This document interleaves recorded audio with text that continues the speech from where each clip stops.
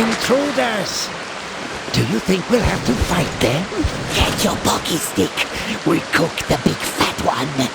Attack! Goblins! Charge!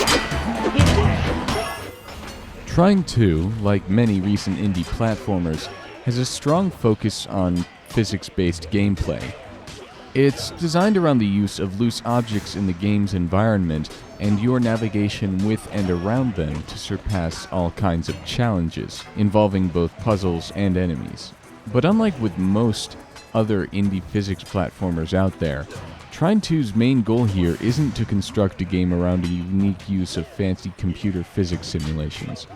Of course, it has some gameplay elements unique to its series, but its driving force comes from its diverse, interchangeable playstyles, which make a dynamic, rewarding experience. As three medieval fantasy stereotypes are doing whatever it is medieval stereotypes do on their spare time, they all encounter a strange, bright light that beckons them with the thought of big shiny. They unite after they discover that it is the artifact of souls, or the game's namesake, the Trine. As traditionalized in the original Trine, it binds their three bodies and personalities together in a desperate attempt to create a superhero who can save their kingdom from the evil looming on the horizon. These three characters embody the three different playstyles in Trine 2. Amadeus, the wizard, can use his magical powers to conjure boxes and platforms and to carry around enemies and loose objects. Pontius the knight carries a sword and shield for combat and uses a sledgehammer to smash through weak structures.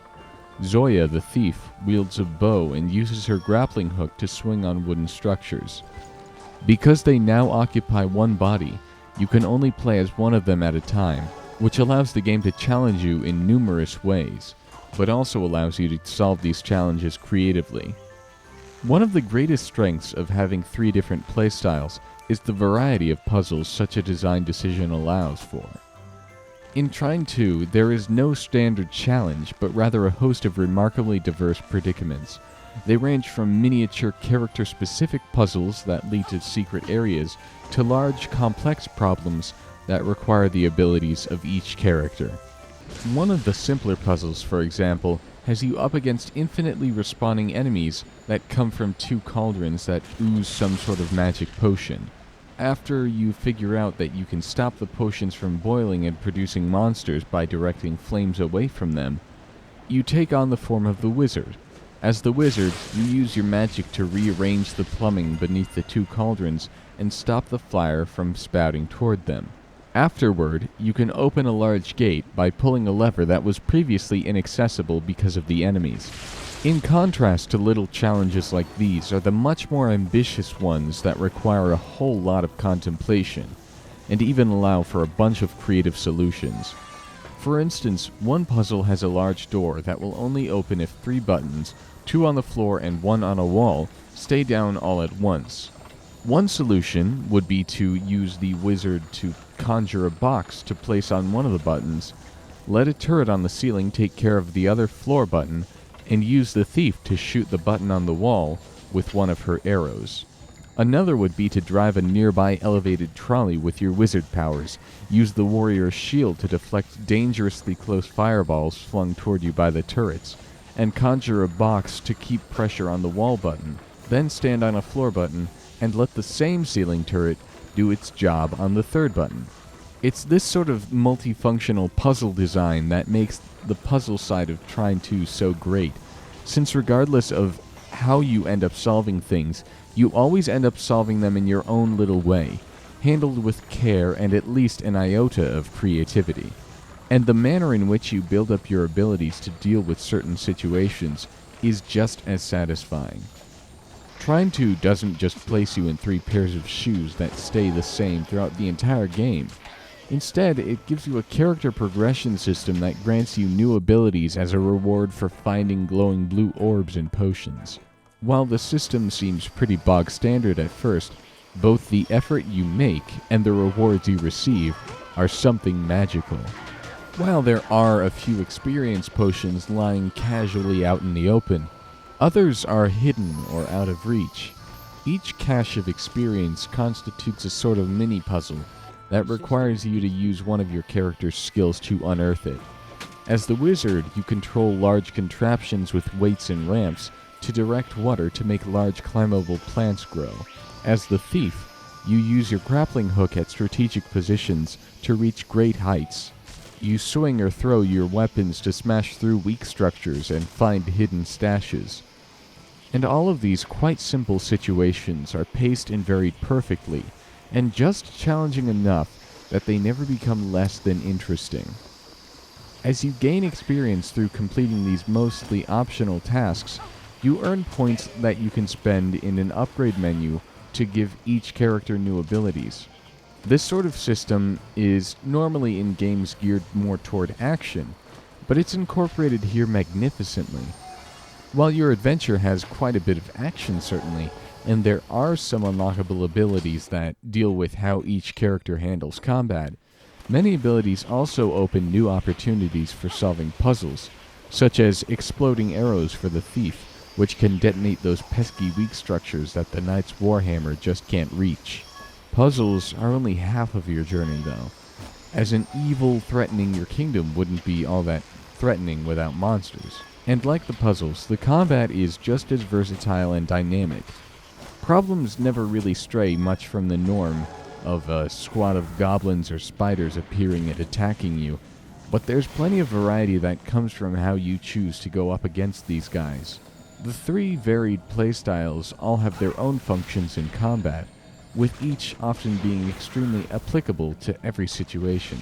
The knight is the simplest method through which you can dispatch a large number of enemies, with both a sword and a hammer to slice and smash the bad guys, but other options are omnipresent and just as satisfying.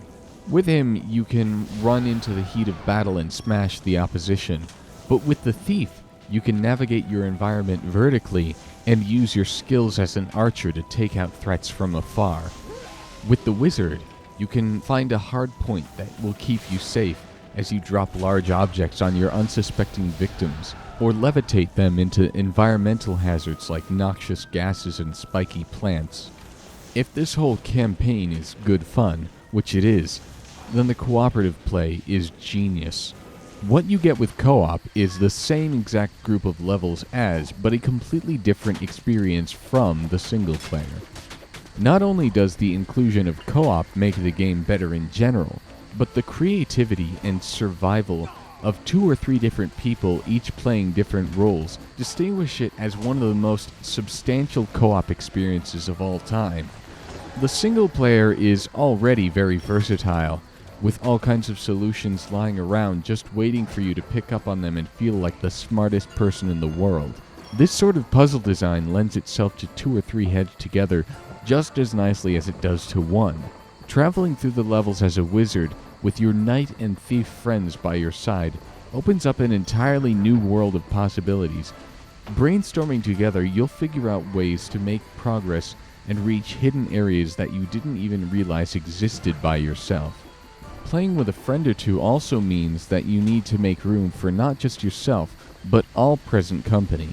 Occasionally, you can mess with the system and use the game's quite generous checkpoints to bash through a few challenges alone. But just about everything boils down to all of you surviving and making progress.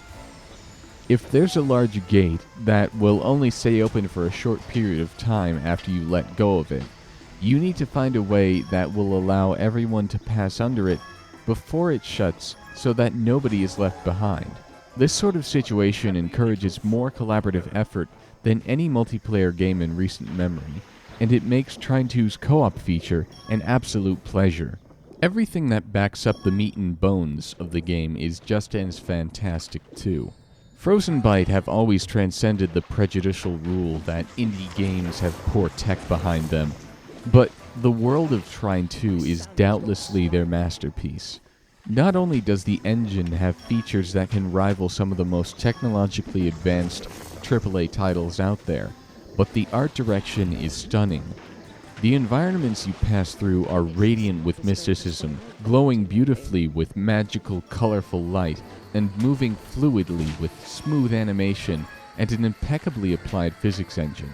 Each level has its own gorgeous setting and backdrop, ranging from the dark, decrepit halls of a witch's mansion to the almost palpable warmth of a tropical beach at sunrise. The aesthetic greatness is also due in no small part to the great sound and, in particular, the catchy and beautiful music.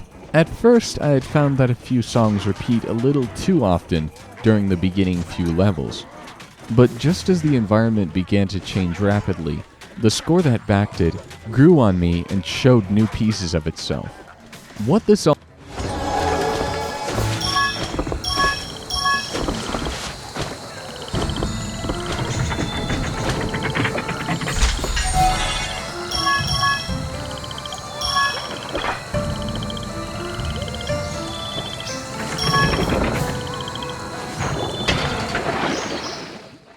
What this all culminates to is an experience nothing short of magical. Trine 2 is a good platformer with great puzzles and combat, and the manner in which 3 different playstyles can interact with everything leads to this brain-teaser dynamo of sorts. It's genuinely challenging and packed with enough diverse predicaments to never become anything less than great. It's one of the best games to come out all year, and one of the best platformers in existence.